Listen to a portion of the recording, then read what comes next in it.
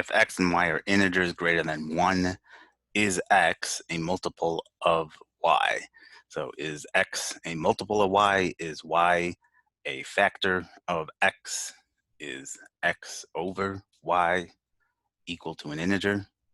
Those are all saying the same thing. This here is sort of my preferred translation because you're making an equation out of the question, which I always like doing, but those are all saying the same thing. Statement 1, 3y squared plus 7y is equal to x. So it looks like we can factor out a y on our left side. And so this really gets at why understanding divisibility and how factoring works and understanding how to use factoring as a tool is so useful on the Gmat. Because what are you doing when you factor something?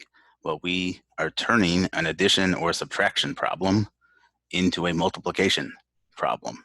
In other words, before we were adding these two terms, and now we are multiplying these two terms to get x. And so what that means is, once we have a multiplication problem, we now know that both of our terms are going to be factors of x. X is going to contain a y, and x is going to contain a 3y plus 7. But we care about the first part. So if x contains a y, or if y is a factor of x, that means x is a multiple of y. And so this really is sort of an algebraic proof that our statement is sufficient to say yes to our question, and we don't have to test numbers or anything. If we did test numbers, we would always find cases where x is a multiple of y, so that's sufficient. Statement 2 says x squared minus x is a multiple of y, and I'll do this over here. So this doesn't mean x over y is equal to an integer. They're telling us x squared minus x over y is equal to an integer. So what does that mean? So that means if we want to factor out an x up top.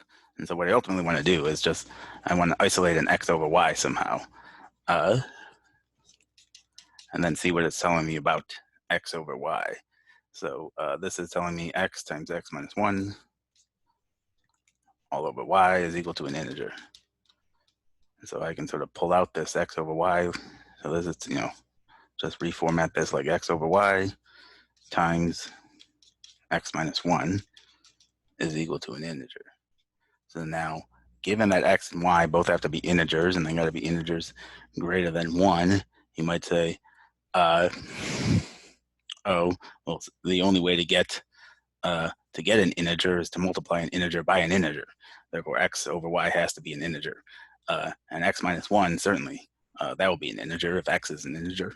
But that's not necessarily true, and you want to be careful because this comes up a lot where they think they sort of are trying to trick you into thinking that's true. Because, for example, let's say x over y is 2/3. So in that case, x over y is not equal to an integer. And then x minus 1, remember this has to be an integer, say that's equal to 3. So in this case, we're multiplying a fraction by an integer, and then we get an integer, 2. So this would work. So even though it could be something like, x over y is equal to 3 and x minus 1 is equal to 4. So this would be a yes to our question because x over y is an integer.